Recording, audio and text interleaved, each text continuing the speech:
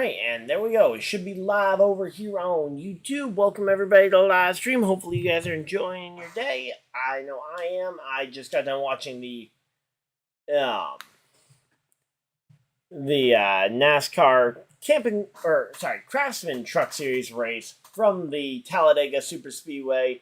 I'm sure a lot of you guys just finished up watching the broadcast as well, so just take me a minute to get everything set, but we are here. Just gonna pull up the results from the truck race because we're gonna talk about the truck race at first for this live episode of Running with the Pack. Normally, I would have been live streaming, but I wasn't home when the race started, so I ultimately wasn't able to do it. So we're gonna go ahead and just talk about the truck race for a little while here. Cup qualifying is getting ready to start, so when that begins, we will start talking about the Cup Series and Cup Series qualifying. But there was quite a bit of stuff that happened in the Truck Series race that we want to talk about. And originally, my dad was going to be here, but he had something come up, so it'll just be me today. But welcome everybody to the live stream. All right, so the biggest thing from the truck race, obviously, is your race winner, Brett Moffitt, who came into this truck race for the first time in a long time. Oh, man. I mean, Brett Moffitt, he hadn't run I don't know when he last ran a truck race. I know his last truck win was back in 2020. So, it had been a long time. They went almost 100 laps here today, ending up finishing at lap 99. Brett Moffitt getting the win for Front Row Motorsports. And personally, I really hope that this means he clinches himself a seat in that car for next year. Sorry, I just forgot I need to get my other light on. There we go. Balance out the lighting a little bit. But, yeah, so Brett Moffitt winning in the number 34 truck for Front Row Motorsports. They brought a second truck this weekend. Unfortunately, we'll talk about him later, but Zane Smith not able to capitalize on having a teammate in the race. Ultimately comes up, with an accident, but ultimately Brett Moffitt did have a trusty ally from the Ford camp here to help propel him to this win. Ben Rhodes, coming home second, ends up being that ally there. The other Ford driver here goes out here, gets himself the runner-up finish, which helps him in the points immensely. Let me pull up, see if the truck standings are updated. I highly doubt the playoff truck standings are updated. Yeah, no, they aren't, because they show Zane Smith 1 point out. Oh, wait, no. Yeah, there we go. They're updated. Okay, good. So we got the updated truck standings here. We'll talk about those as well as we go down this list. But Ben Rhodes getting that second place finish puts him 5 points below the cut line. So after a very good race, he still has some work to be done, but he definitely can pull it off. Dean Thompson, a very good run for him in driving that number 5 car, or 5 truck here for Tricon Garage. Chandler Smith stepping into that number 25 car in the place of Matt DiBenedetto. The defending race winners comes home 4th place. Chandler Smith going to be qualifying the number 13 car. I believe he will be the first car to go out for qualifying here in the Cup Series when we get to that. Corey Heim, he's already locked into the championship. He was just out here basically just racing for fun, no stress, because he is locked in after his win 2 weeks ago at Bristol, I believe it was. Then you got Daniel Dye in the 43, coming home 6th. Very good performance for a driver who is otherwise underachieved, I feel like, this year. Just a little bit. Nick Sanchez once again comes up just short of victory after leading 25 laps on the day. Nick Sanchez led, I think, is that the most laps led? Yes, I believe that is the most laps led on the day for Nick Sanchez. So Sanchez leading the most laps here on the day, ultimately coming up short here on the at the finish, but a 7th place finish will puts him above the cut line here going into the final race at Homestead in a few weeks. Hailie Deegan, driving that number 13 car, or 13 truck, finally shows some results with a top 10 finish here. Yes, it's a plate track, so is there a bit of an asterisk there? Sure. But a top 10's a top 10, and right now, Hailie Deegan needs top 10s. Parker Kligerman coming home 9th in that in the 75 truck. Again, a driver not out here for points, not running for the championship in trucks.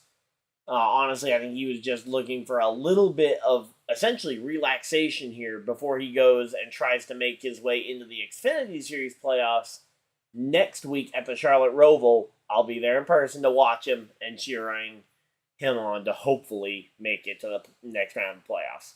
And Lawless Allen being the last driver to come home in the top 10, a great day for Lawless Allen. Yeah, so good job for him. Not sure how he kind of came up there because there was a lot of shuffling around there at the end. Hocevar comes home 11th. Another playoff driver there, padding his stats. He's 23 above after the race, so he'll be okay as long as he doesn't crash at Homestead. I don't think if he finishes the race on the lead lap at Homestead, I don't see him missing the next round of the playoffs, barring maybe a new winner. Rajah Caruth, a driver, again, just out here to try and make his name and here and potentially earn himself a new ride as his team is shutting down at the end of this year.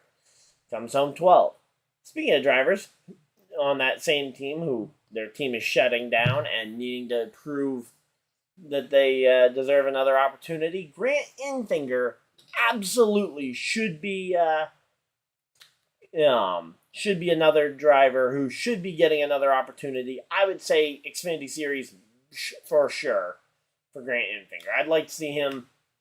I mean, all the junior motorsports cars are kind of filled. Maybe a Gibbs offers him, but I think Gibbs has a lot of talent in and around their organization. But maybe he could fill the seat that Sammy Smith vacated, which we'll talk about probably later on in the stream as well.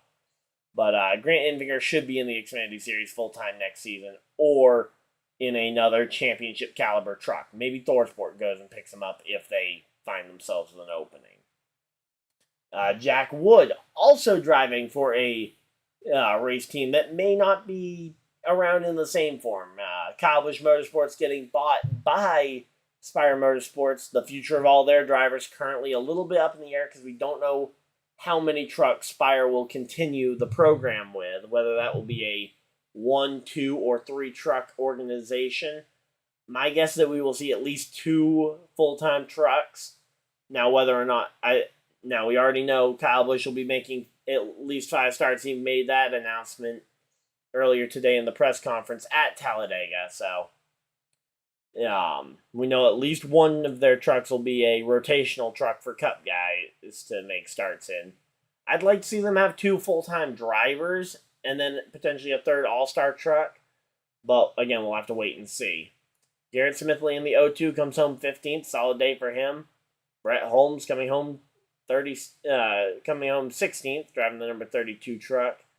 Ryan Vargas in the number 30 comes home 17th. Hey, not a bad day for him. Taylor Gray, after being involved in one of the late crashes, ends up surviving and coming home 18th and on the lead lap.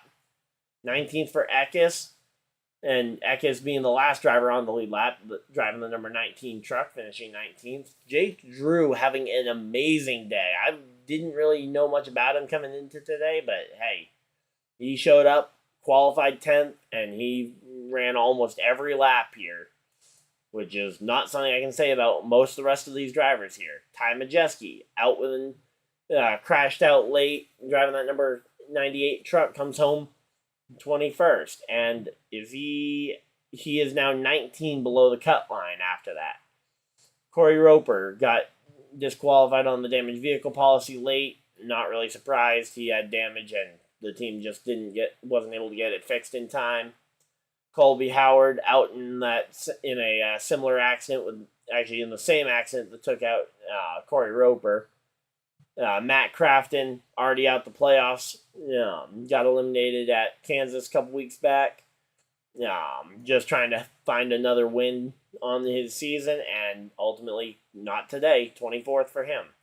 Tanner Gray was running up front late in the race, leading 12 laps ultimately, but ultimately comes up short here today.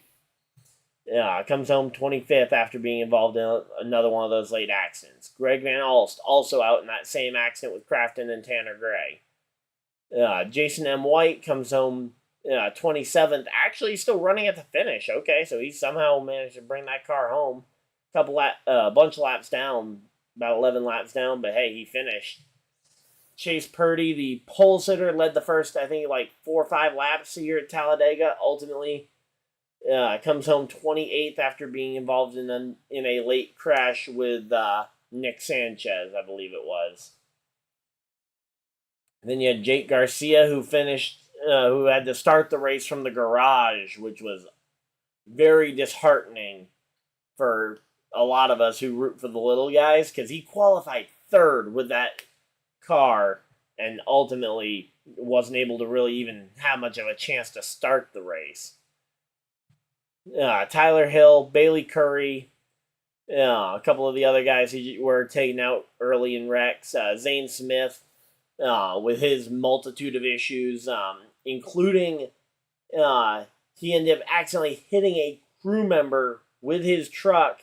The crew member tried to hurdle the bed of the truck while holding 2 tires. I don't know how that crew member thought he'd be able to pull that off, but luckily the crew member was joking around when the broadcast got a chance to talk to him.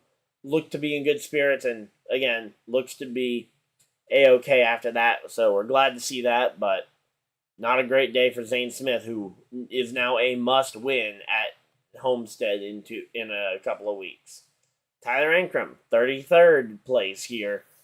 Gonna be a tough one here. He's just had a really tough time ever since going to Hattori. I've showed a lot of potential in that 17 truck for DGR Crosley that one year, and then ever since then, he's been in good equipment, or theoretically good equipment, based on previous drivers in those cars, but he just hasn't been able to live up to it. Stuart Friesen, brand new sponsor, ends up crashed out very early, looked to be a little hurt early, or I believe he did get transported to a nearby hospital, so hopefully he's okay. We'll have to wait and see.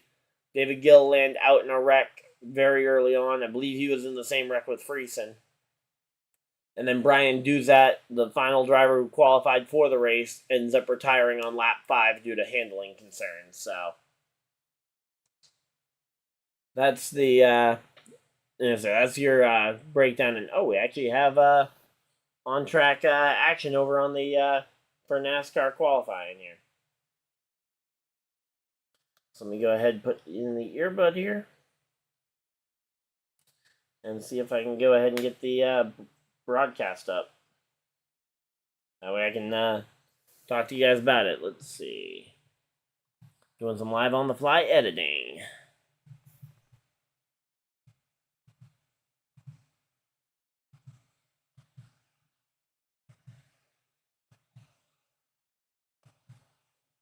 Nope, not that.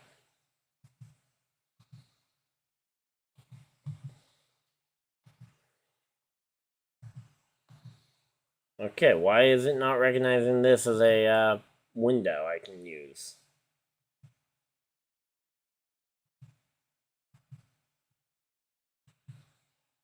Okay, there we go. Alright, so here's your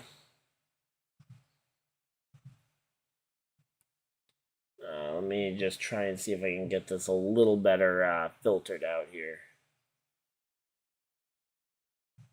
So there's your top 10 currently. So far, the top 3 are the only 3 that have run. Let me see if I can get up the actual footage so I can at least tell you what I'm seeing. But yeah, we're going to be talking about, I guess, Cup qualifying now and previewing the Cup race. But yeah, the truck race was crazy, especially late. There was a lot of crashes. and a lot of stuff going on. So there we go, Cup qualifying over on USA Network. Alright, let me go ahead and brighten that screen up so I can see it nice and easy. Hey, Philip, how's it going? So, yeah, we were just talking about the truck race. Ah, man, that thing got crazy. There were, like, I think there were 2 red flags near the end of that thing as well. But ultimately, Brett Moffitt coming away with the win there. That's Austin Dillon there taking his lap. Austin Dillon is going to go to, he should be provisional pole here. I'm assuming he's pretty quick. Oh, wait, no, he was just starting his lap. Okay. So, all right. Here we go. So, yeah, let me know how what you guys thought of that truck race, though. Maybe I'll take a few. I'll certainly respond to as many comments as I can. But, yeah, that truck race. I was excited, though, to see the number 34 win. Maybe a little bit of foreshadowing. Can we see the 34 win 2 days in a row? I'd love to see it, but here we go. So, right now, Riley Herbst currently sits at the top of the leaderboard over J.J. Yaley, Brennan Poole, and Chandler Smith, the 4 drivers who have taken time here.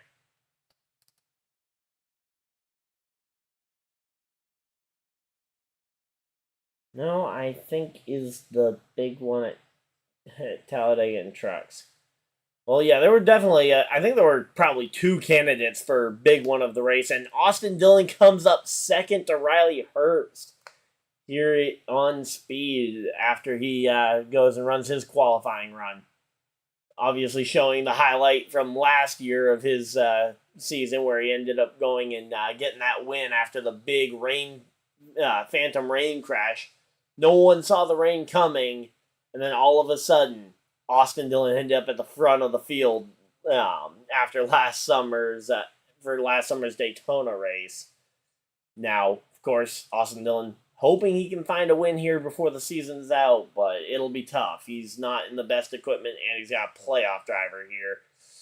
Or he's got a playoff driver for a teammate. So ideally at this track, he'll push his teammate to a win before he'll go ahead and win the race himself. Although, at the very end of the race, I hope everybody's going for their own. Here we go, Todd Gilliland, teammates to the provisional pole sitter right now, the other driver. Todd Gilliland goes to 3rd here.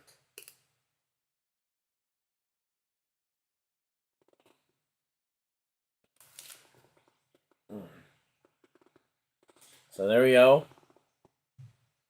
Todd Gilliland goes all the way to 3rd here. So BJ McLeod should be the next one up to qualify here. So next 3 up should be BJ McLeod, Corey LaJoie, and Austin Cindric. So yeah, here we go. McLeod's on the clock here. He's currently trending a little behind Herbst right now. Not overly surprising. This team, another team that's changing hands. Live Fast Motorsports has sold their charter. They do apparently intend to run some amount of Cup races next year, but they will be a non-charter team, so they'll have to qualify in on speed to every event. Spire ultimately buying their charter, so they have a home for their new driver, Zane Smith. So here we go. Let's see. Coming off turn 4. The run down the straightaway, it's a long one here. You got the curved front stretch and the start-finish line all the way off into turn 1 almost here. It's going to be a full second off. It's going to be BJ McLeod to 7th. So BJ McLeod doesn't really go anywhere on that one. He'll be about 0.3 of a second slower than Chandler Smith, the previous last place driver. So gives a little bit of security for the guys above him, I guess. Here we go. Corey LaJoie driving the Gamebridge number 7. Gamebridge, a big partner coming into that team late in the summer. But only 1 lap qualifying here. You mess that 1 lap up, it could be horrible for your overall chance to start well. And if you don't start well, you're going to either have to choose to drop to the rear or hope you find your way through the chaos, because there's going to be a ton of it. And if that truck race is anything to go off of, that 2nd and 3rd lane will be usable.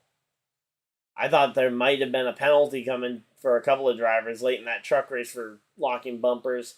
Ultimately, it's not going to affect the winner of the race because Brett Moffitt managed to pass Chandler Smith and Christian Eckes before the end of the race. But yeah, that was that's something that you can't do in the Truck Series. But locking bumpers in Cup, I believe, is perfectly legal.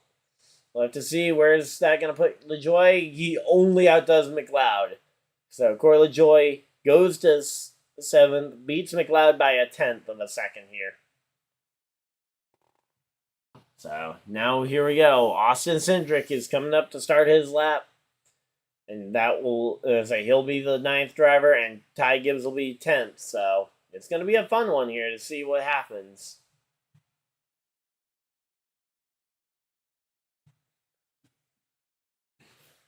All right, here we go. Austin Cindric trending to the good here. So Austin Cindric, he's showing about half a 10th good here. And I say it's not by much, and if he makes one mistake, he may be dropping back here. 2 100ths, 1 100th, down to the red for Austin Cindric here. Not trending in the right direction here in the second half of this lap. Certainly looks like Riley Herbst had a really good second half of his lap, but here we go, coming down. Oh, he's starting to claw back a little bit of time here. 3 100ths, 2 100ths of a second. 10 milliseconds. It's going to be close. Cindric to second by 5 1,000ths of a second behind Riley Herbst. He is so close to that top spot here.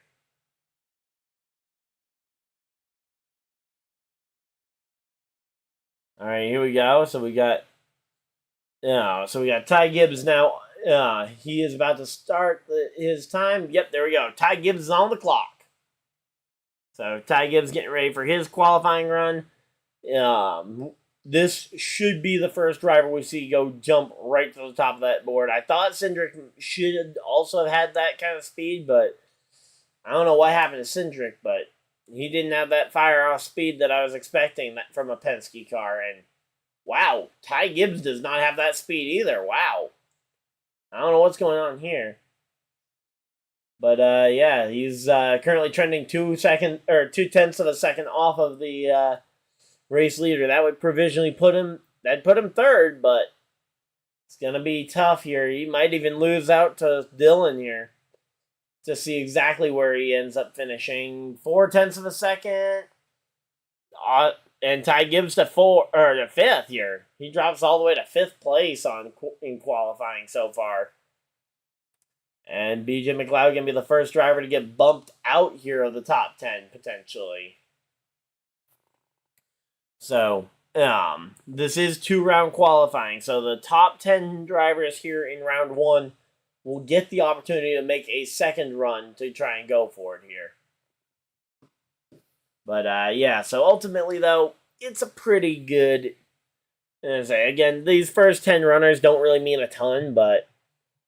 Yeah, here we go. Just kind of looking through. Let me see if there's anything else from the truck race I wanted to talk about. But, yeah. When it comes to that penalty, if it were to affect anybody, Eckes in 19th, and the other driver involved was the 25...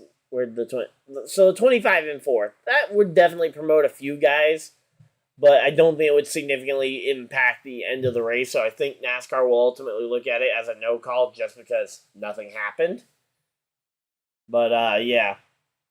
When it comes to truck points, though, I don't know if I have a good way to put it up on screen, but Corey Heim locked in with his win last week at Bristol. Hocevar 23 points above. Eckes currently sits only 9 points above that cut line. It's going to be tough. He's going to have to fight hard at Homestead to avoid getting bumped out. Nick Sanchez, he gave himself a shot with a lot of stage points here today and a good finish. He got 19 stage points along with a 7th place finish here in the race to put himself 3 points above. Infinger, Rhodes, Majeski, those are the other guys below the cut line that have a shot at it. 3 points out for Infinger, 5 out for Rhodes, 19 out for Ty Majeski, and then Zane Smith is a must-win going into Homestead next week. So that is going to be a tough part here. Definitely not what I was hoping to see from Zane Smith after this one. But yeah, your next batch of drivers to go out there and qualify. Let me pull up the qualifying order so I can make sure I'm giving you guys this accurate information. So it should be Ty Dillon, Harrison Burton, Eric Jones, Allmendinger, and Ryan Preece on deck. So yeah, those are your next 5 up. So hopefully we'll have some good action here as we talk about some of these guys who are going to be trying to bump their way into this fight.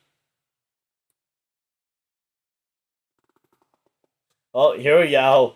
Say they're doing the Talladega Nights intro here with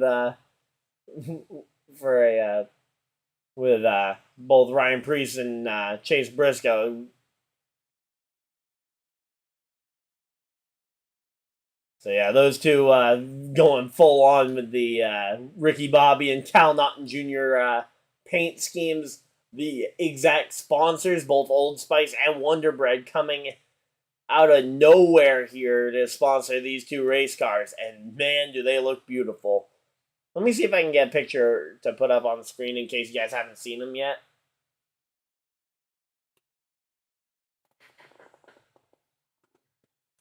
Ty Dillon's on the track. We'll have to wait and see when he comes around, see what kind of lap he's on.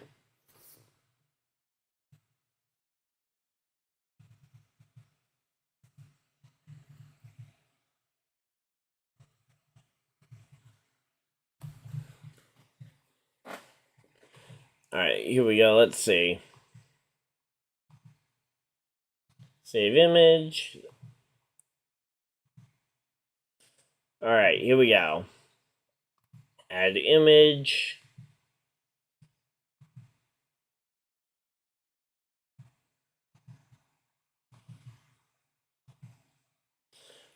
Alright, so yeah, here are your here's the both the Cal Naughton Jr. car there for the number 14 on Briscoe and the 41 for Ryan Preece. And again, these paint schemes are beautiful. You got the flames, the Wonder Bread paint scheme for Ryan Preece. I think that one might be my favorite of the 2, although the Old Spice red and blue machine there is a very beautiful paint scheme as well here. Ty Dillon goes 8th on the board after his qualifying run. But yeah, they will be running these 2 paint schemes here at Talladega for the Cup race tomorrow, which me and my dad will both be co-commentating here on the channel. So hopefully you guys will be excited for that one. But figured we could go on here and talk for a little while. But wanted to make sure I gave a proper shout out because these are some awesome paint schemes, and even more so, massive credit to 2 sponsors who don't normally pay much attention, it feels like, to NASCAR.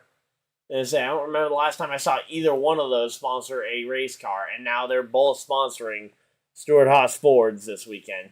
Not sure if they're going to be very fast, but I wanted to make sure I shouted them out here on this live stream because this is amazing. So, I'm going to go ahead and take that down as we get ready. And Harrison Burton to 5th on the time chart as he finishes up his lap. Eric Jones is now getting ready to start his lap. So, Eric Jones here. So, yeah, I wanted to make sure I gave them a shout out for those paint schemes because, yeah, definitely beautiful. Oh, here we go. Talking with Michael McDowell here. Eric Jones trending in the green. They're showing the comparison to Chandler Smith. Oh, that's not good if he's only that good over Smith. Again, I'm anticipating Riley Herbst is probably going to qualify about 20th to 25th. He's going to have some speed because those front row cars aren't slow, but I would expect way more out of this. Out of some of these other cars. A Gibbs car, a Penske car, I would have expected a little bit more power from behind here. Now, here we go. Eric Jones, though. Again, he's trending good enough to make it to that top 10 shootout as of right now, but there's a lot of heavy heat coming from behind. It's going to take some good runs here. Currently 2/10 up, goes 2.5 tenths up, it looks like, on Chandler Smith, bumping Smith from the top 10, and Eric Jones goes provisionally P7 here on the starting grid. AJ Allmendinger now on the racetrack, getting ready to start his lap. And that is a funky looking car. I had not seen his paint scheme for the week. I'm not sure I like that one. It's not terrible on the colors. It's just off. And here we go. Seeing that replay of Charles Plank trying to hurdle the back end of the car. So I thought he may have gotten. I thought it might have been a situation where he got kind of pushed around as he was trying to get into his pit box, a little late entry, but he said he was ready for the next pit stop. Ultimately, I don't know if another pit stop even happened, but yeah. Oh, that's the same guy. He's going to be pitting the 16 Cup car for Allmendinger. That is a tough guy right there. And oh boy, this is not going to be good here. AJ Allmendinger goes 10th on the board. Good thing is this is not the type of race where he qualifies well. He usually qualifies near the back and will hopefully claw back. And here we go. Ryan Preece driving that, Ricky Bobby number 41 car here. Going to try and go out here and see if he can sit on the pole. I don't know. At this point, I would just take a provisional top 5 here for Ryan Preece, considering the way that a lot of these guys who look like they should be contending for the pole. But right now he is very much looking like he's going to be trending to only bump Allmendinger, and he'll put himself right on that bubble here. Oh no, actually looking 1/10 better, 1.5 tenths. Oh, my other earbud died, so I have to try and try out this earbud. Hopefully it's got some charge. Nope. So I guess just gonna have to turn down all the sound here, and I'll just have to go off of what we got here. But all right, and Ryan Preece up 5th. Okay, I did not expect that. After what I'd seen from lap time so far, but Ryan Preece goes to 5th, so not bad, honestly, considering what we've seen from some of these other guys that I expected to jump way up the leaderboard here. So your next batch of cars includes Carson Hocevar, Eric Almirola, Joey Logano, Justin Haley, and Chase Briscoe, the next group of 5 to go out here and qualify. Hocevar currently on the track. He's actually already on his lap. Currently trending like he's not even going to make the top 10. So it'll be a little tough here. But I would hope that, again, that will change in time here.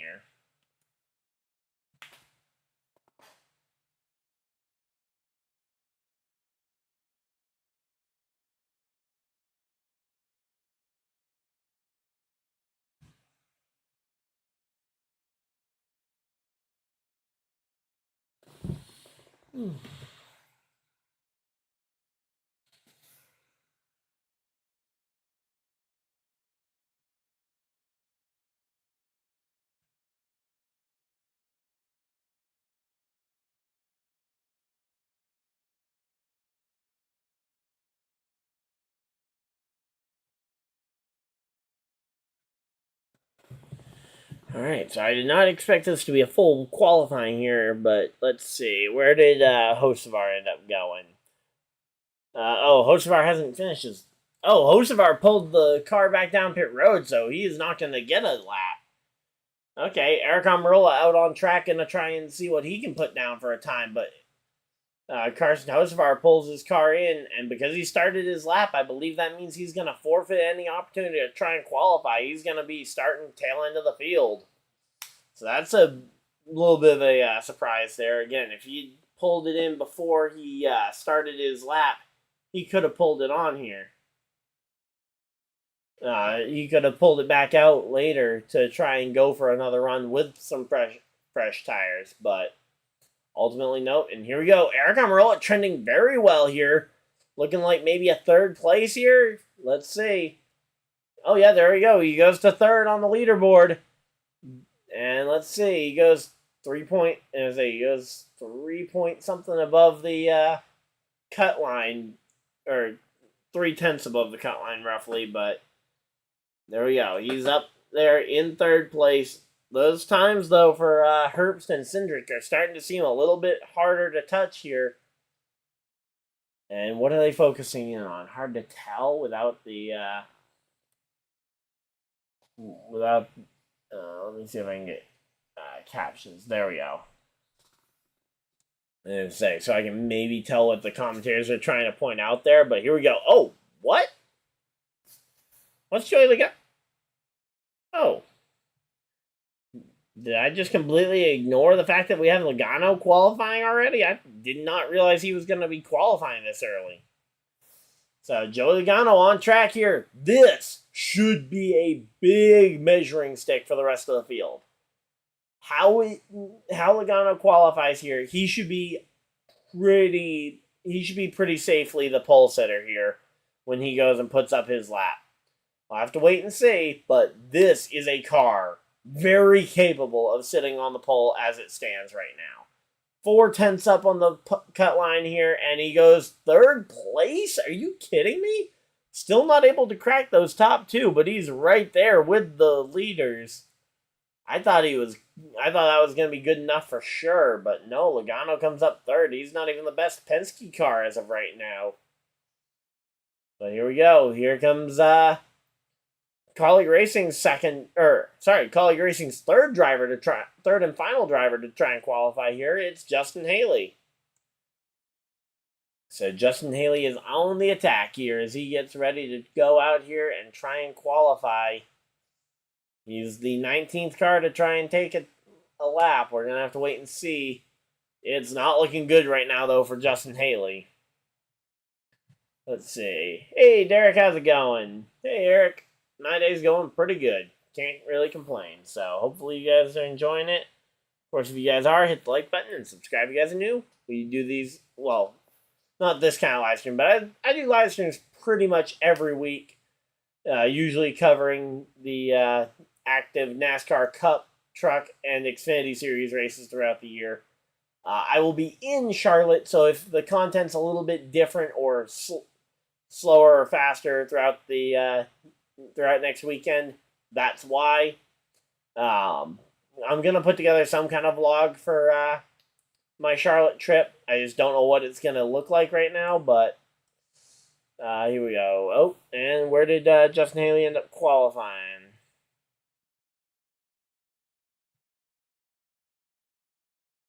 Justin Haley went 13th, so he's the fastest of the Kaulig drivers, but 16th right now as it stands. Not great. Hopefully those Kaulig guys have more speed in a pack than they do on the solo runs here. Here comes Briscoe. He's going to try and see if he can out-qualify Ryan Preece. I think Ryan Preece should be the measuring stick for Chase Briscoe. Obviously, Aric Almirola would be the pie in the sky to try and chase down, but I think that's going to be a much harder one to get the leg up on. But here we go, the Cal Naughton Jr. paint scheme here for Chase Briscoe here, coming off turn 2. He's up by about 2.5 Yeah, about 2.5 Let's see, where is it going to land down? Oh, he's almost going to be 0.3. About 2 3/4 goes to 5th, just shy of his teammate. Yeah, Aric Almirola here. So what's the official margin of victory between those two? But Michael McDowell going to be getting ready to go here.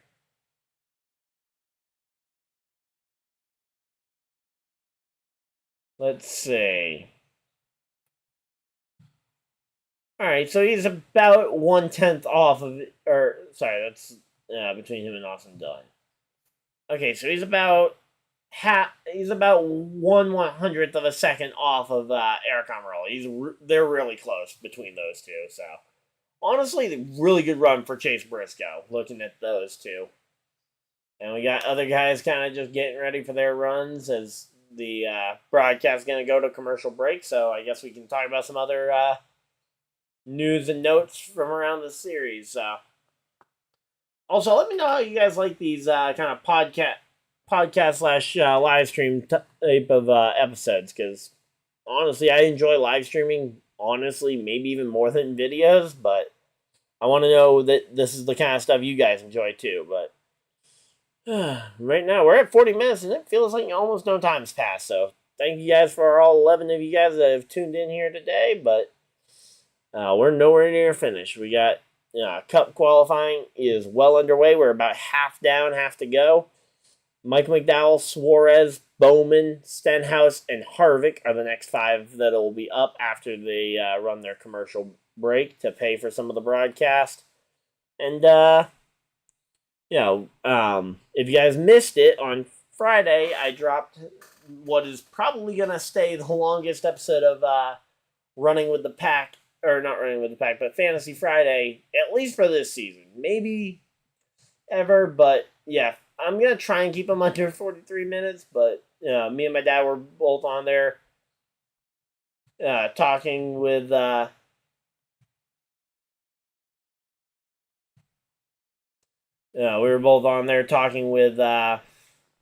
talking with each other about our fantasy picks. So, of course, go and check that video out after this one if you guys haven't already.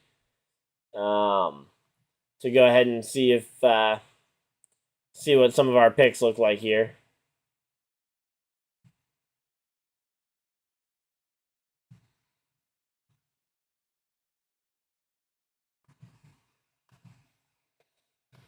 Alright, so yeah, right now we're just kind of waiting here for this one. I'm logged in, let's see.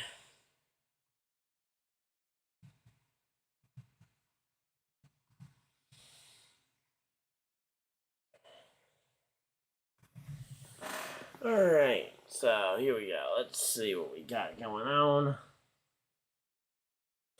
Man, there's not much going on right now. So, I mentioned a couple of teams that are going out of business in the Truck Series. Kyle Busch Motorsports, along with all of his manufacturing and shop and everything, have all been sold and bought by Spire Motorsports, creating a truck team. I would almost ask the question of how many starts is Shane Van Gisbergen going to make? Could we see SVG running a fair amount of races in the Truck Series for Spire as a part of that new partnership between Spire and Trackhouse? Because we know that those two teams have recently started a partnership, most evident by the fact that Spire will be the landing spot for Zane Smith, who is a Trackhouse development driver, but Trackhouse doesn't obviously have enough cars to put Zane Smith in Cup yet. So he's going to sit in a Spire car for a year or two while that team tries to figure out where to acquire both the charter and or the other resources to build a third team. Now, Shane Van Gisbergen's another one. He's been driving for that Trackhouse team. When and if he gets a shot in the mothership, that's going to be a fight, I think, between Zane Smith and SVG for that potential third team if they only are able to get to 3 teams for, say, 2025. I think in 2024 they're both going to be doing a lot of starts around the league, but I don't see either one being on the mothership for 2024. And here we go. McDowell coming to the line. Not able to bump very high up, though. Only getting to 8th place here. He's in the top 10 shootout for now. But, again, as I've mentioned a lot, there is a lot of high heat coming here down the pipeline. I mean, okay, here we go. Daniel Suarez. As we were talking about Trackhouse, here comes the Trackhouse car to go qualify. Playing with Carson Hocevar here. apparently it was maybe backfiring, or okay, apparently Hosvar is not even sure what happened here. But yeah, so it's a pretty good. It's pretty wild around the world of NASCAR right now. Recently had it confirmed that the Indianapolis Oval will be back on the track, along with the All-Star race returning to North Wilkesboro Speedway. So I'm looking forward to that. But again, North Wilkesboro going to be getting repaved in the off season to try and fix some of the problems of the track braking, which were not necessarily prevalent during the NASCAR weekend, but in the weeks leading up to it, they had apparently quite a few issues of the track braking. And Suarez not even able to get to the top 10 here. He comes home 14th here. Oh boy. Is that going to be a problem for the Trackhouse cars on qualifying pace?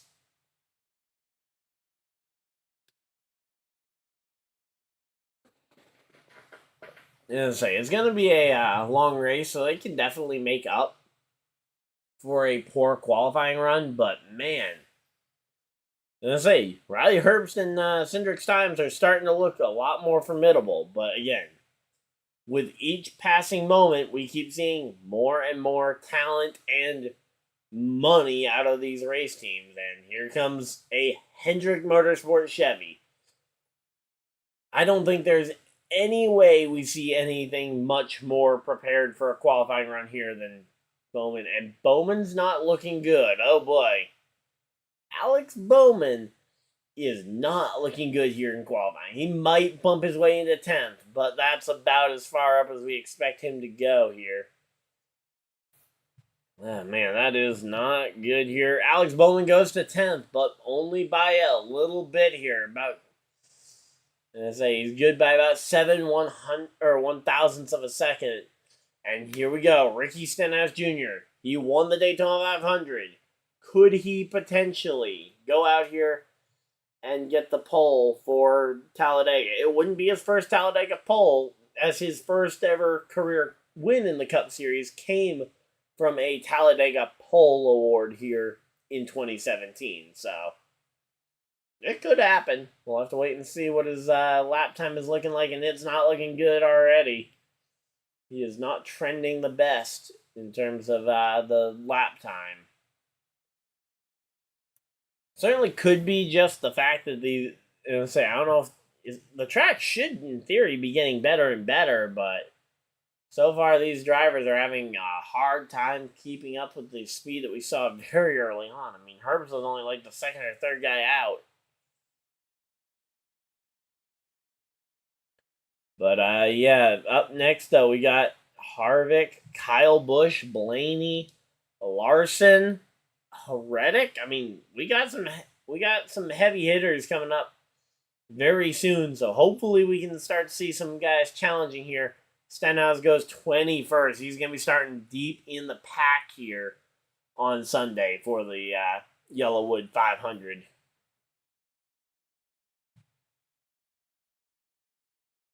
Let me see what the over-unders are for... they don't have the over-unders posted because there's qualifying going on, of course. All right, so let's see. Who's on track now? It's Kevin Harvick. Going to try and see if he can bump his way into that top 10 along with his other teammates. He should be the best Stewart-Haas car.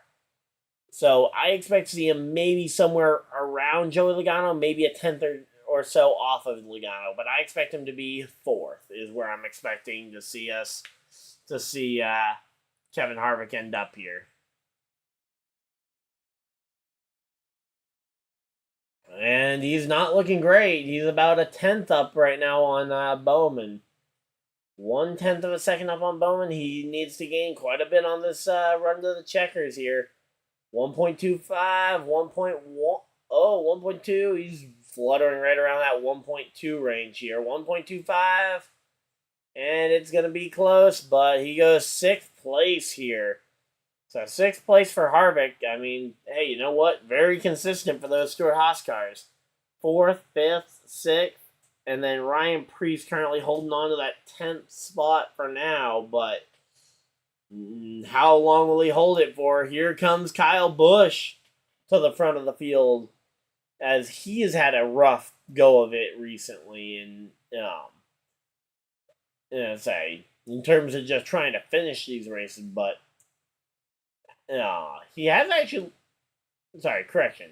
He's had a rough go of it in his career at these types of tracks, but as of lately, Kyle Busch is looking a lot better than he normally does at this style of track. So here we go. Kyle Busch, he's currently trending not great on qualifying. Oh boy, is he at least going to have a shot at the top 10? I don't know. Is the top 10 going to be all Ford, possibly? It's looking very possible right now. And Kyle Busch going to come up about a 10th or so shy of the top 10 here. Yeah, he misses it by a full 10th here. Comes home 14th on the qualifying board here. 14th place right now for Kyle Busch. Of course, let me know how your guys' favorite driver qualifies, or who your guys' favorite drivers are. But, man, we're coming up, and we're getting through quite a lot of these drivers, and we still haven't seen much challenge yet to that top two. Here we go, Ryan Blaney, the final Penske car to take a lap here. Can we see Ryan Blaney go to the front? Or is Ryan Blaney just going to end up finishing? Again, he should be right around that top of the leaderboard. I mean, Cindric and Logano, his two teammates, are both within a 10th of a second of the pole. I think Blaney should be somewhere around them, maybe a little bit off. Again, maybe fourth, but it should be a close fourth for him. But here we go. Let's see. Where is Blaney going to qualify? He's looking like about 8. He's 1.8, 1.7, 1.75. Comes to the line. 1.71, it looks like. 1.67, the official time behind. And he ends up, hey, he's fourth. It's not quite as close to the fourth as I would have liked to have seen from him, but I called it right on the fourth. Now here we go. Kyle Larson coming to the green. Again, in terms of heavy hitters, nobody's been a heavier hitter lately in the Cup Series than Kyle Larson. I expect this to be the moment that Michael McDowell gets bumped out of this one. Now, if Michael McDowell is what keeps Larson out of this top 10, I will be amazed. But here we go. Larson's already trending 1.3, 1.4 above the cut line. 1.5, 1.6. It's continuing to climb. Now to 1.7, 1.8. He is continuing to climb those lap times. Could we see a run for the pole here? 2 full tenths over the cut line. And say, Larson needs a little bit more for the pole run here, but he's going to be close. 2.3 here over the cut line. He goes to fourth place. About a tenth and a half off of the pole position here for Kyle Larson. Could Riley Herbst really be in position to get his first career pole here in the NASCAR Cup Series? Here we go. Bubba Wallace about to start his lap. Bubba Wallace, a very experienced... Oh, wait, sorry. Completely mistaken. That is Tyler Reddick driving the McDonald's number 45 car. I thought that was the McDonald's number 23. So we got Reddick coming out here ready to qualify. All right, so right now we don't have many drivers left. We got about 8 guys left to go here. Truex, Elliott, Buescher, Bubba Wallace, and Brad Keselowski kind of your next batch here. But right now, Reddick's not... I don't know. Reddick's kind of right around that cut line as to whether or not he'll even make the top 10. So we'll have to wait and see on this one. Not sure where he's going to go. Reddick coming down the fence here. He goes... he goes 9th on the board here, but he is not in by much. Any little bit could potentially knock him out. So, Truex, Elliott, Buescher, Bubba, and Keselowski, the next 5 up. So, this could be a big run here. I think they're going to be going to another commercial break here, though, before we get to see those guys. So, a lot of you guys, I'm sure, are going to be excited here. Chase Elliott, next up, is going to be up in the next batch to qualify. I think it's, he should be qualifying, if assuming the order here is right. We'll see MTJ qualify, and then it will be Elliott's turn. So, let me know where you guys think Chase Elliott ends up qualifying. And in fact, we're going to do a little poll here. Where do we think Byron qualifies? Yeah, he will be the last one to qualify, so there will be a little bit of time here. Where does William Byron qualify?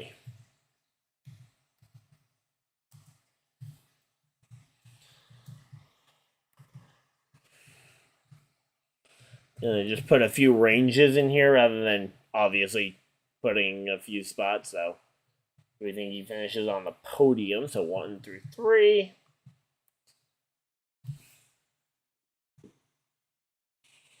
Yeah, I'm gonna put in 4th through 10th.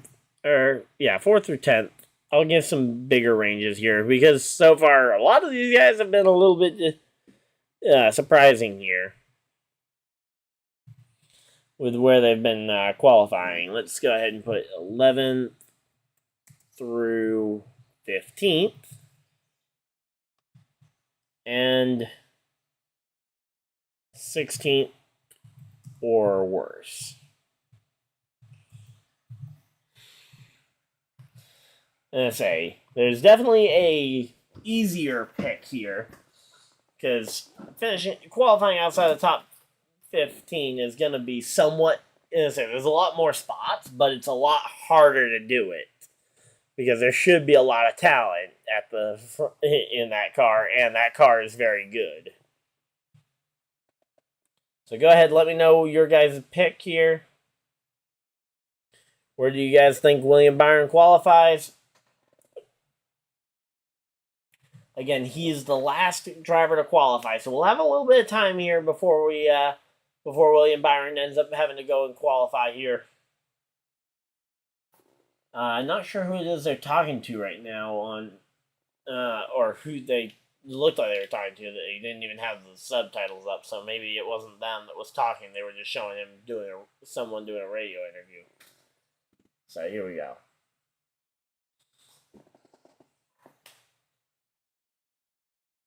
Oh, Chiefs and Jets on Sunday Night Football? Are you kidding me? Ugh.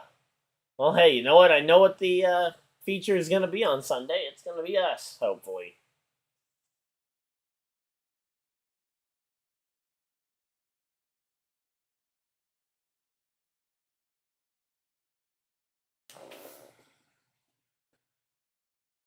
Alright, there we go. I'm going to just manage the volume here, but here we go. We're ready. And Martin Truex Jr. is on the clock here. Let's go ahead and see how many people. Let's see how many votes we get on this thing. But right now, Truex on the clock here. He's trending right around that cut line. He's currently down about 2 100ths right now. It's like 2 100ths definitely gainable here at the end. We'll have to wait and see. But a lot of people seem to lose a little bit of time here seem to lose time, or it seems to have lost time on the back half here, which means should be easier for Truex to gain a little bit of time theoretically on the run to the checkers. Can he get top 10? It's going to be close. 5 1,000ths goes to 1 100th, and he is going to miss it by 1. Martin Truex Jr. 11th on the leaderboard here. So here we go. William Byron is his last one to qualify. Here we go. Chase Elliott. There we go. There's the man of the hour. Everybody's been waiting for him. Chase Elliott coming to qualify at Talladega. Next week is going to be Chase Elliott's big playground here. But here we go. Let's see.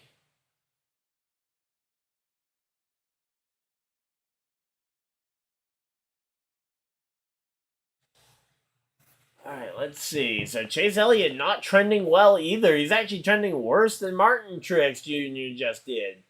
Now, maybe he can find something on the back half of his lap, but it looks like Chase Elliott's going to qualify about 12th here. And he's not looking good on the back half of this lap. He's losing time to Austin Dillon in a spot where Martin Truex Jr. gained some.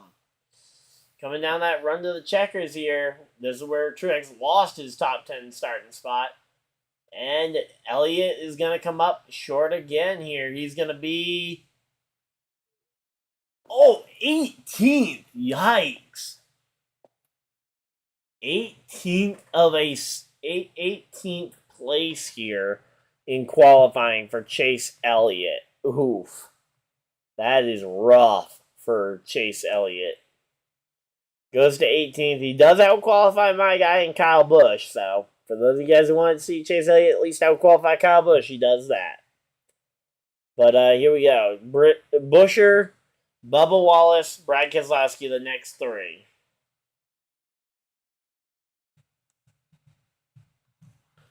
Alright, so here we go. Let's see. We're definitely getting closer here. We got Chris Buescher right now going for it.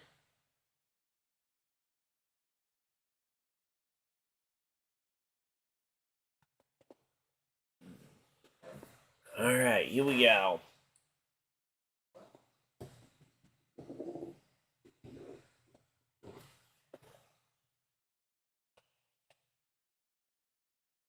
Oh, man. But, yeah, hopefully you guys are enjoying this, though. I've had a pretty fun time with this one.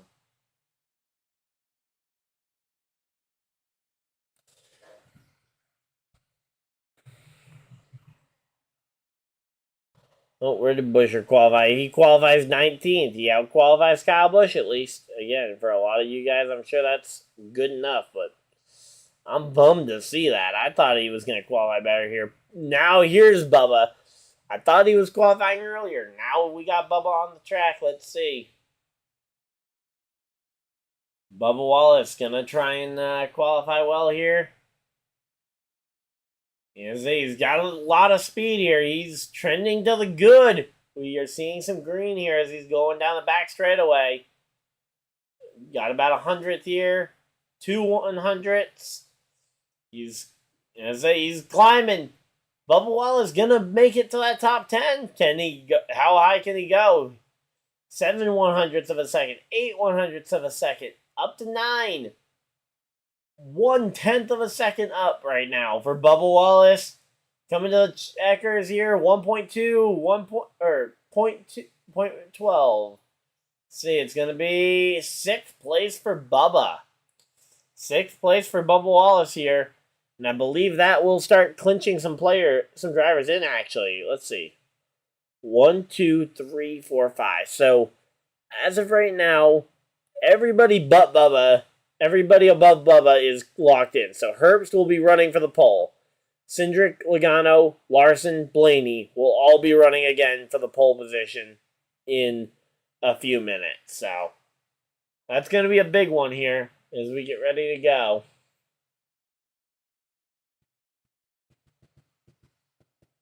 But here we go. Let's see.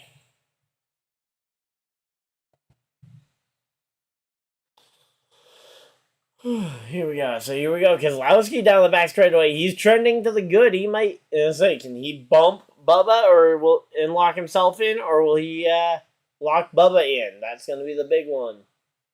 Keselowski versus Bubba here. He's currently 6, 7 100ths of a second here. Let's see. What's it going to be? 75. It's not going to be enough. He's not going to lock himself in. He's going to bump in. But he's only going to be in tentatively here. He goes to 9th. Keselowski to 9th here. He's going to be hanging on barely here as Keselowski goes. And we now have 4 drivers left. Bell, Chastain, Hamlin, Byron. 4 drivers to go here. So let's see. What do we got?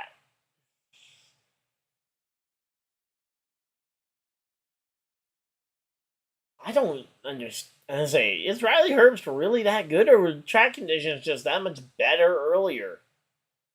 So here we go. Christopher Bell trending right around that cut line. It's going to be tough here. He's now trying to bump Harvick from the top 10 altogether here. Bubba Wallace now locked in. It's Almirola that's in position to potentially get bumped. Almirola's going to get locked in here. Almirola getting locked into that top 10 shootout here. Meanwhile, Bell just trying to stay afloat. He might just about edge Harvick, but if it is, it will not be by much here. And he's losing time through the trial. It is not going to be enough. Christopher Bell to the line. Comes home 13th and will not make it. Almirola locks himself in. Briscoe, Keselowski, Harvick, the final 3 that could get bumped. Chastain, Hamlin, and Byron, the 3 that could do the bumping here. Let's go. Hopefully you guys are enjoying this, though. I'm honestly having fun.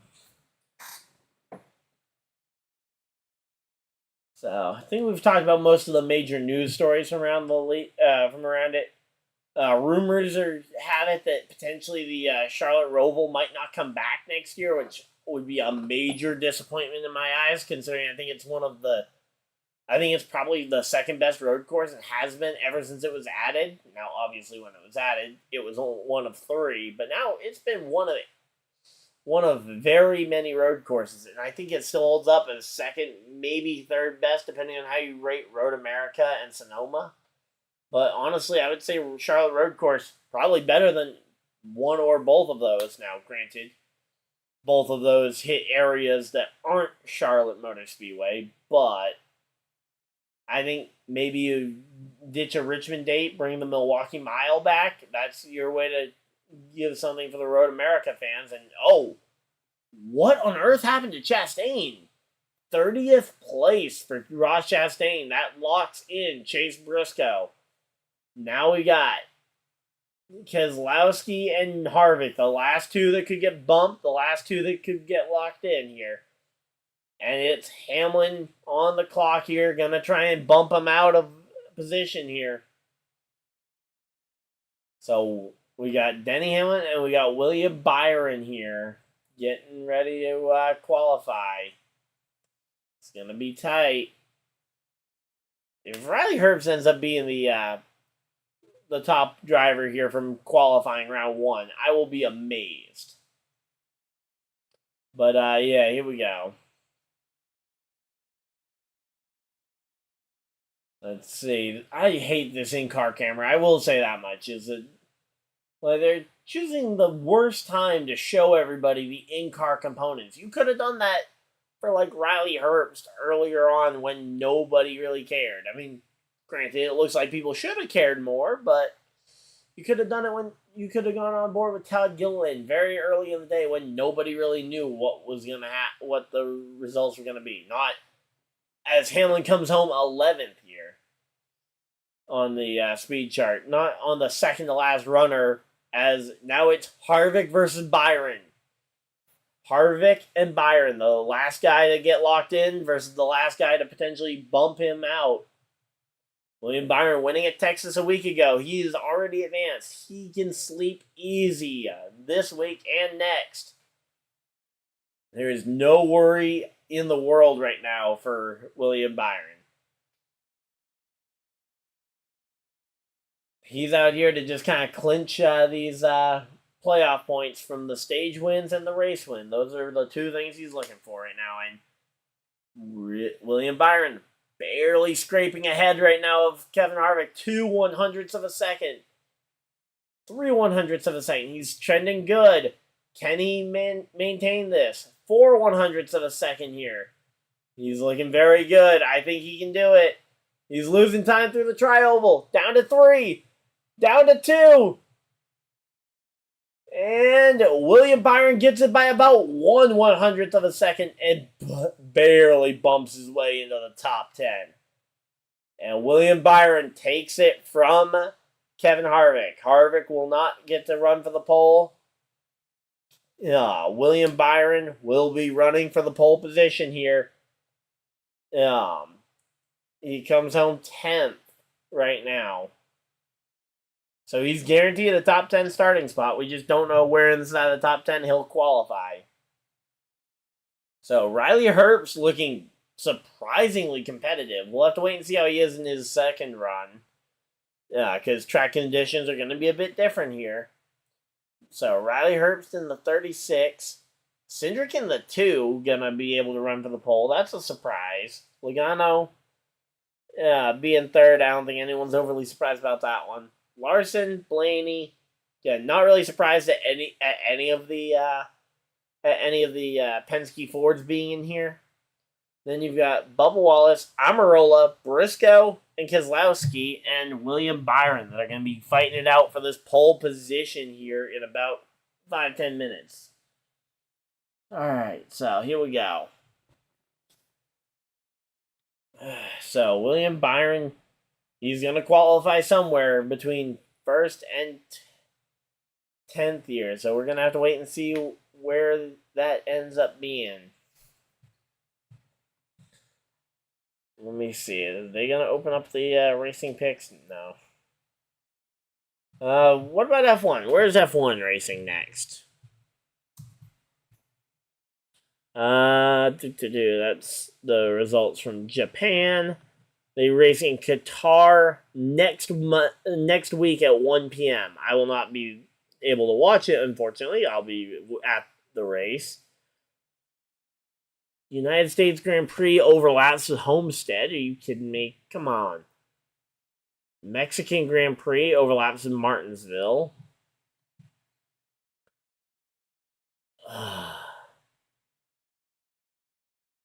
Okay, let me know, you guys. Would you watch me commentate the Las Vegas Grand Prix for F1? Would you guys like to see any of that kind of coverage? Because that is going to be a rough one, looking at the time of day. But I could do it if you guys want to see it. But it is going to be rough. I will say that much. But here we go. They're getting ready to reset the leaderboard here for the top 10 shootout.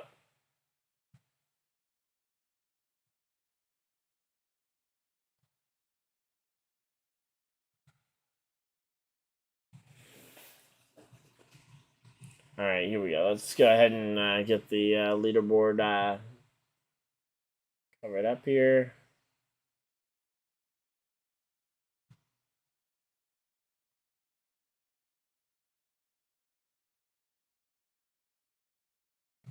All right, there we go. So there's the 10 drivers that are going to advance, and you even have the best speed.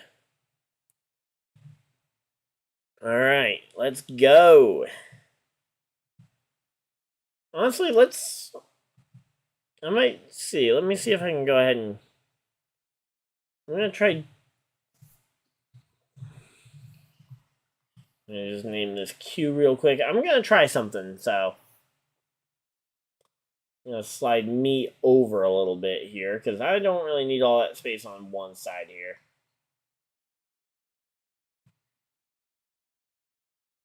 I'm going to add another window capture.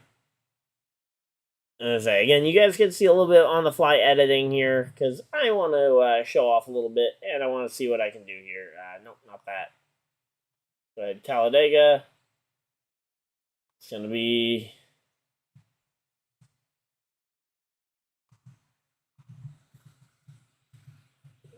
Let's try and go with a copy here. There we go. That's what I wanted.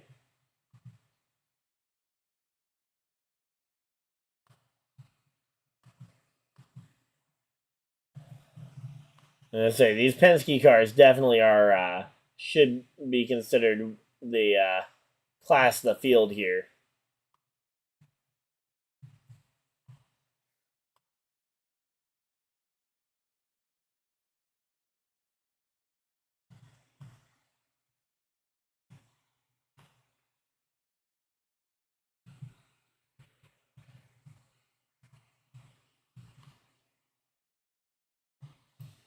All right, there we go.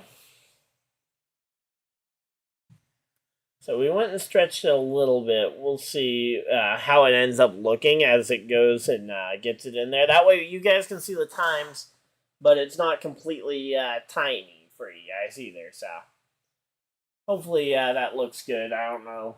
I'll have to wait and see. But yeah. I want to try and make something happen here, but yeah. I say the Fords definitely were the class of the field here in qualifying, though. Riley Herbst will be the last one out to qualify here. Let's go ahead and start up another poll here. Let's go ahead and do Riley Herbst. Where do we think he qualifies?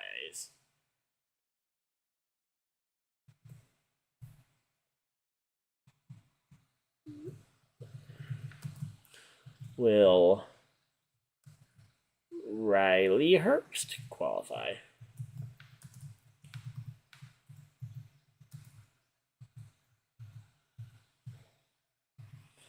So we know he's going to qualify top 10. So I'm going to go ahead and try and figure out how to spread this out. So first through third, fourth through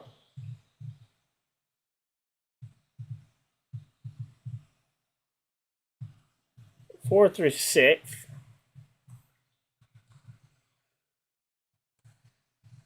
seventh through. You know what? Let's modify the range. Actually, let's go 4 and 5, 6 through 8, or 9th through 10. So there we go. There's your poll here. Go ahead, let us know where you guys think Riley Herbst is going to qualify. I put up a couple ranges. Go ahead and take your best guess as to where you think he will qualify here. All right. But yeah, he was the fastest in round 1, so we're going to have to wait and see. But hopefully I can go ahead and make this whole thing work here. So you won't see the speeds of everybody. You'll be able to see the fastest lap in the field. You won't be able to see everybody else's speed, but you'll be able to see how far off the top spot they are. So, which honestly, being how far off the top spot you are is pretty much the only thing that matters at a track like this for qualifying.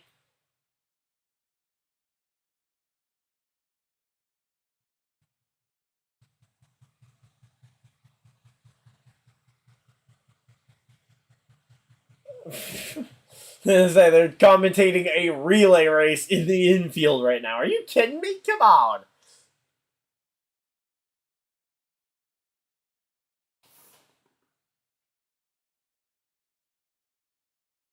So here we go, Dega Nation. This is a pretty fun looking relay race. I will say that much. They got a bunch of orange barrels and stuff. Be pretty cool, but yeah. Again, there will be some interesting content coming out while I'm in Charlotte for the Coke 600. I'll be visiting the Hall of Fame for the second time this year. My friend hasn't been to the Hall of Fame this year, so he wants to go. So the two of us are gonna make a trip out there. But yeah, so should be some good content coming from that though.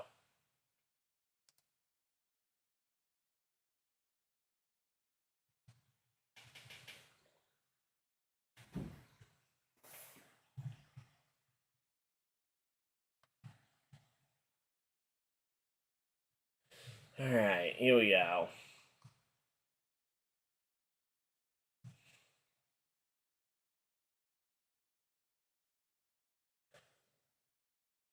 Alright, so yeah, we've actually, we kind of just converted this stream into the Cup Series qualifying, which probably would have brought in more viewers, but yeah. Say originally it was going to be a post-race show for the trucks, but I didn't even know until when I made up the schedule that Cup qualifying was this afternoon. I thought Cup qualifying was going to be this morning, right after trucks qualified. But ultimately, I guess, hey, we got lucky and we get a show out of this. So let's see. We're getting ready for the top 10 shootout here.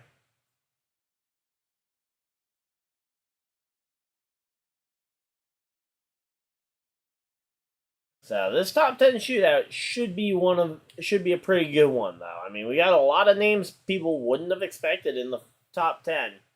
Also, real quick, just want to give a quick shout out to my Twitch channel real quick, because I'm going to be streaming over there tonight.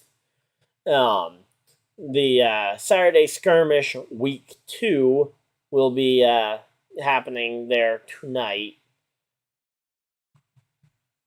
So here we go. Week 2. I'm hoping to just make the final...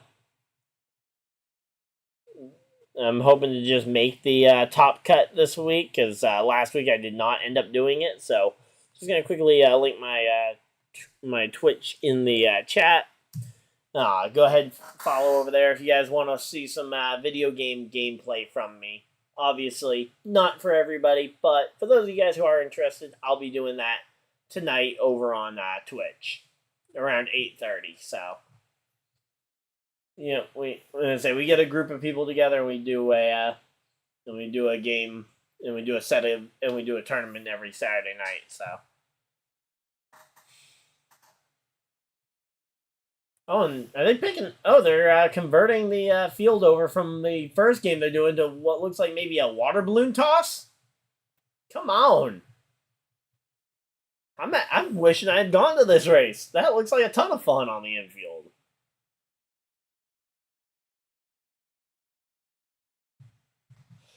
All right, here we go.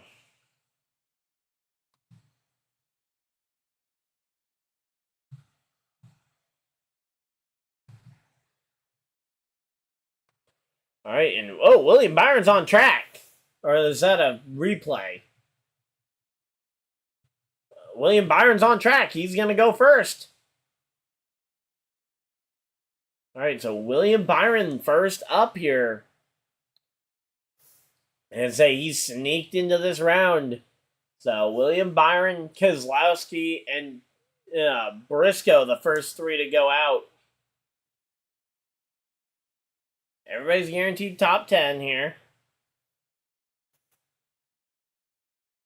So let's see. Again, really, William Byron's got nothing to lose here, so I don't really... Now, if you're playing fantasy, I wouldn't pick him because I don't know how aggressive he's going to be about capitalizing on the stage points. Now, he might magically survive to the end of the race, but I don't know. I would take people who are going to be vying for those stage points way more. And I just don't know if he's really going to care as much about the stage points versus keeping that car safe from the chaos at the front of the field here. And let's see how all that spaces out. Okay, it looks good so far. We'll have to wait until a second car qualifies to see how the time behind looks. But yeah, it's actually looking pretty good here.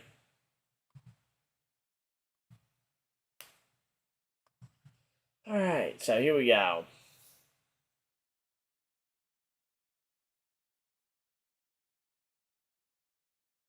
All right, let's see. William Byron's on his cool down lap. Here we go. Getting up to speed here. It is Brad Keselowski. Brad Keselowski, he is on the clock here.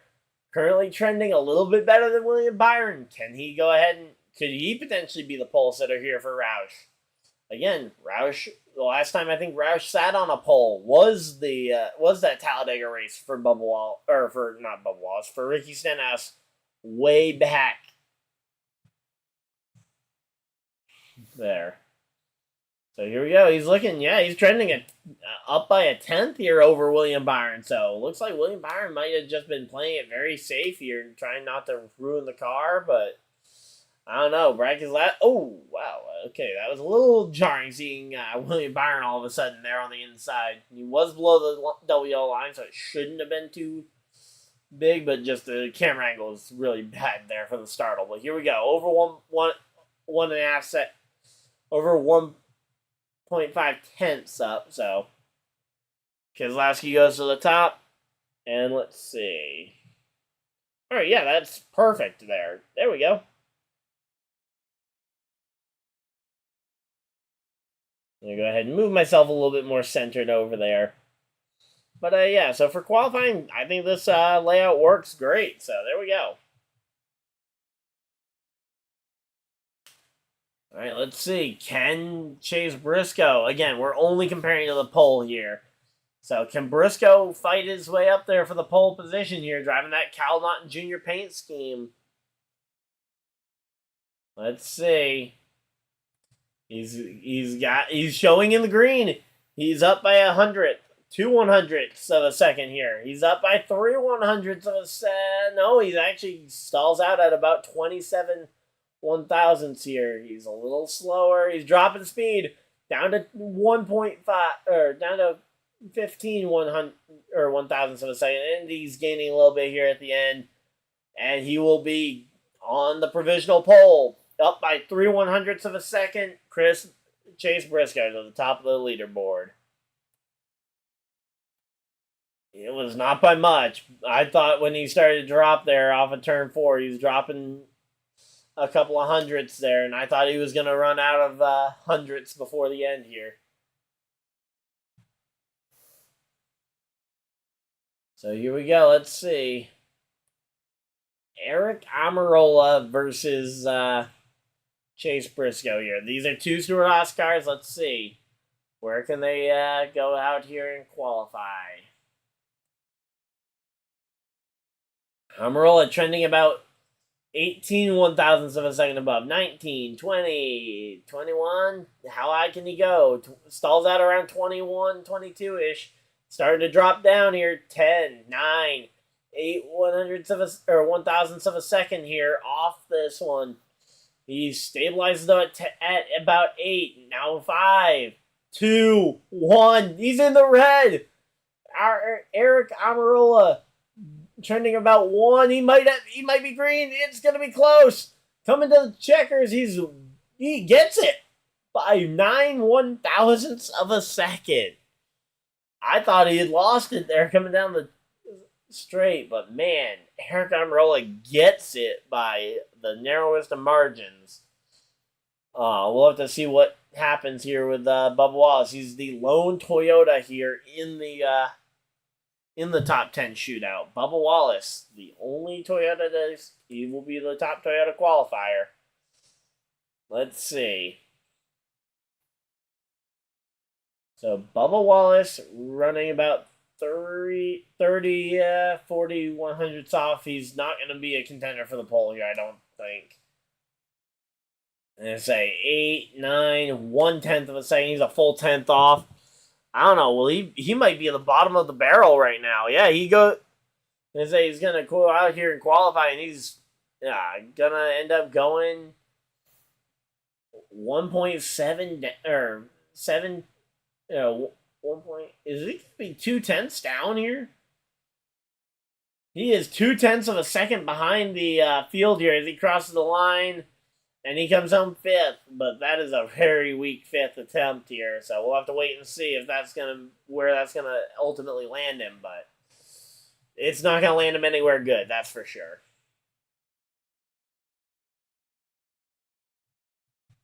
But yeah, I don't know if that hand thing that he was doing with his hand out the window, I don't know if that really helped him any. I think it added drag here.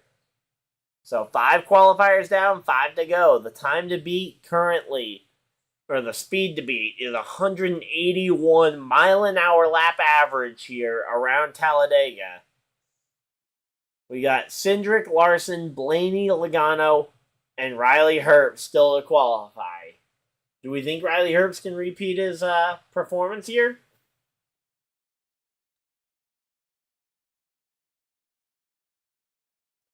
But, yeah, here we go.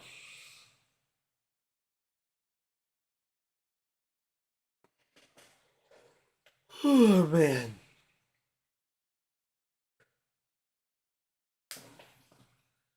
Let's go. So, yeah, right now, though, this qualifying effort's been pretty good, honestly. Hopefully you guys are enjoying this coverage, too.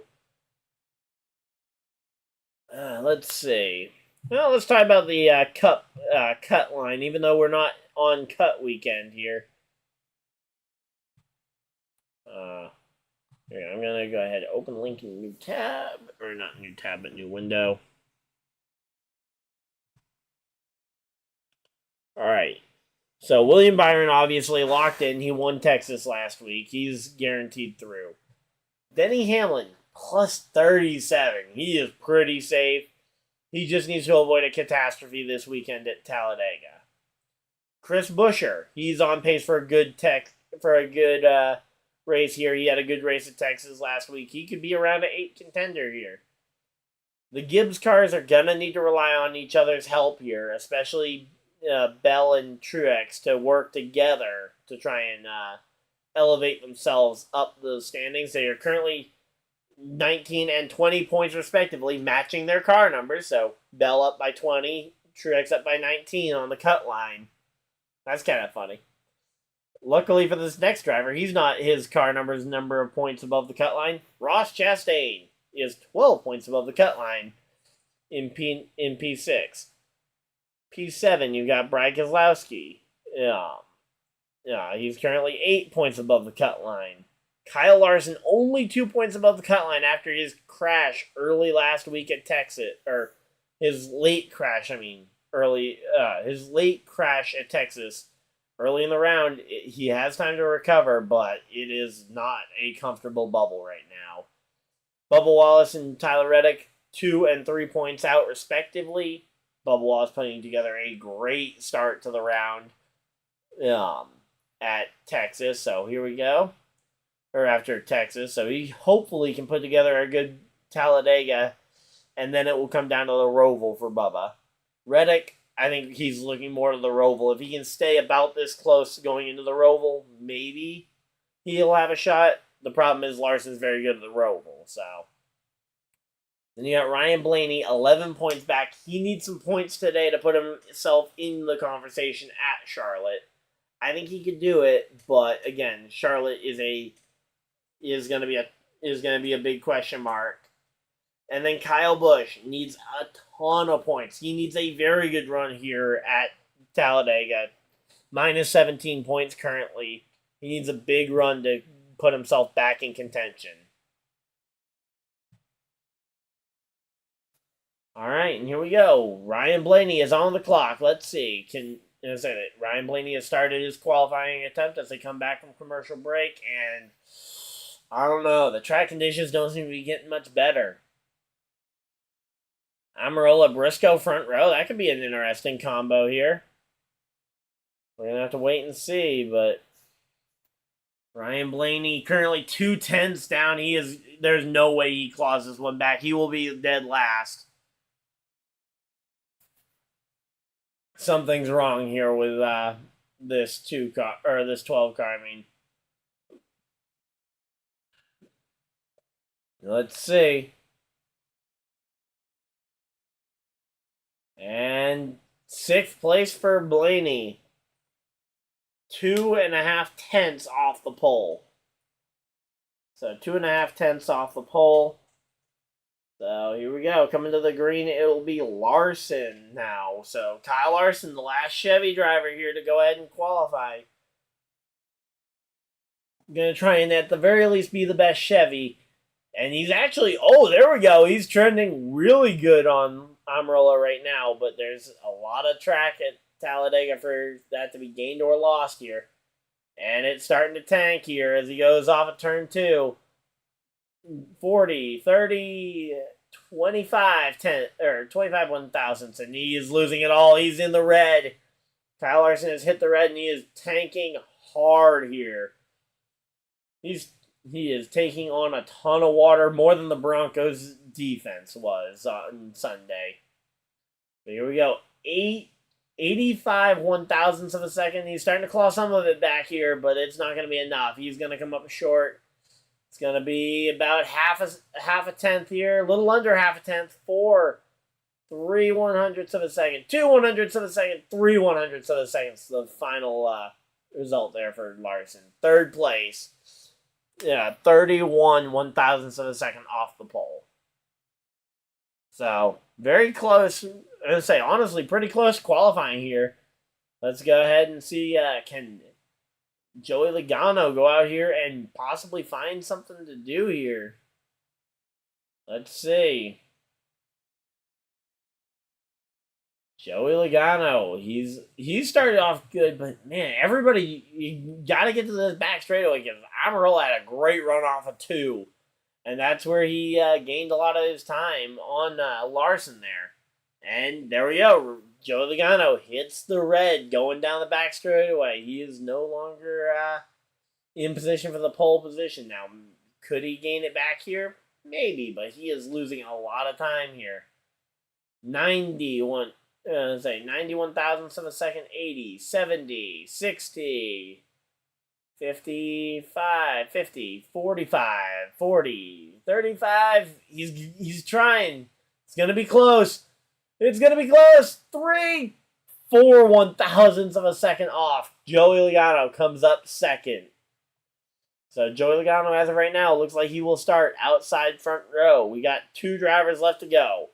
Austin Cindric, Riley Herbst, probably the 2 biggest surprises here in this top 10 shootout. But here we go. Can't count anybody out at this point. Austin Cindric, he proved he could get here. He had the second fastest time in Group 1 in the first round. Can he back that up? He does not have a lot of ground. He's already hit the red before he even gets to the back straightaway. He is not in a very good spot here going down the back straightaway. 2, 3, 4 100ths, 5 100ths of a second. He's going to be a full 10th down here. He goes at 1/10 behind the pole position. He's looking like he might qualify about 6th here. Might even not get that far because he's continuing to lose time. Now 1.5 tenths back. He's starting to claw some of that back. 1 point, down to 13. Looking at the number of hundredths of seconds here, he's going to claw it back to about a 10th. 1/10, and he comes home 6th. So 6th fastest for Cindric. And now time for the final run of the day.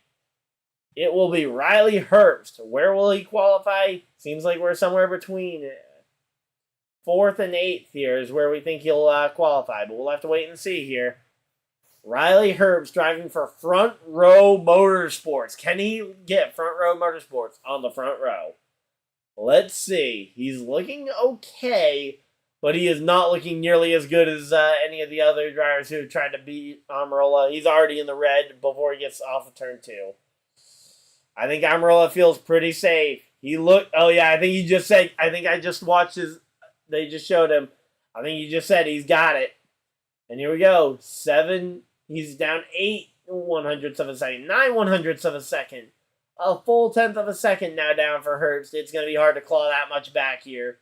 So Eric Amarola, he will be your pole setter here. Let's see. Where can Riley Herbst qualify, though? Can he bump into that top 3 possibly here? 9, 8 100ths of a second. 7 100ths of a second. And he comes home 6th there for Riley Herbst. Still way better than I think any of us actually thought that he would be. But Eric Amarola wins the pole for Talladega here. Joey Logano 2nd. 3rd, Chase Briscoe. 4th, Larson. 5th, Brad Keselowski. 6th, a surprising Riley Herbst. 7th, Austin Cindric. 8th, William Byron. 9th, Bubba Wallace. And rounding out your top 10, Ryan Blaney. So, massive apology to Riley Herbst. I was counting him out the second I saw him at the top. I was like, okay, somebody's going to knock him off here. And he qualifies 6th, which honestly is very consistent here. Eric Almirola, great job on the pole position. Look forward to seeing him lead the field to green here on Sunday. Him and Joey Logano leading the field to green. Chase Briscoe there in the inside row. Man, we could have had a Stewart Haas Racing front row. That would have been cool. But, yeah.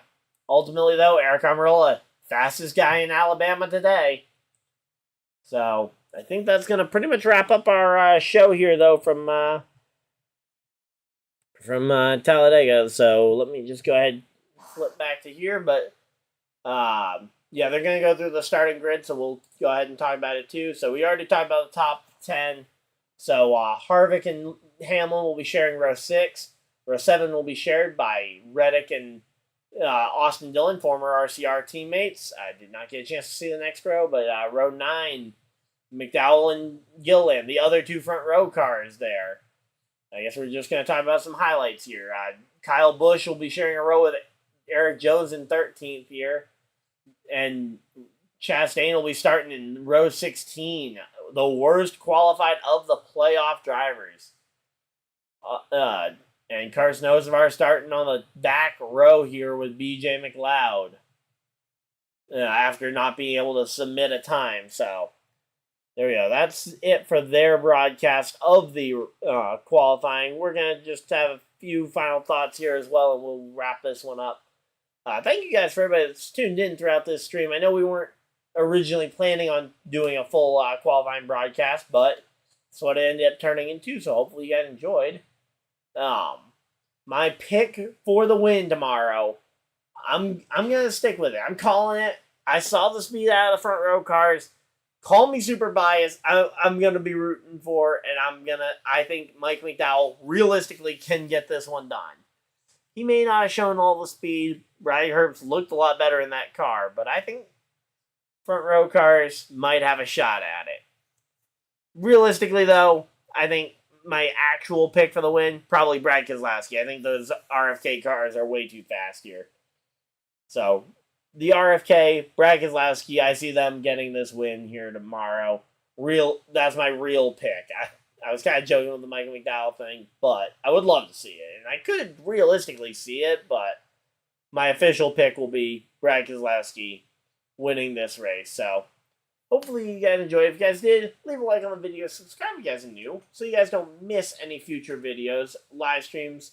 I'll be live again tomorrow around about 2:15. I have to get home from work. I get off work at 2, so I will be racing home to get that one done for you guys. But me and my dad, we will be sitting right here to bring you guys this race from the Talladega Super Speedway. Hopefully you guys enjoyed. If you guys did, I will see you guys in the next video, live stream, or whatever you guys decide to do with the rest of your night. Reminder, link in the chat. I will be live over on Twitch later tonight for week 2 of the Saturday Skirmish tournaments. So until then, until next time though, I'll see you guys later.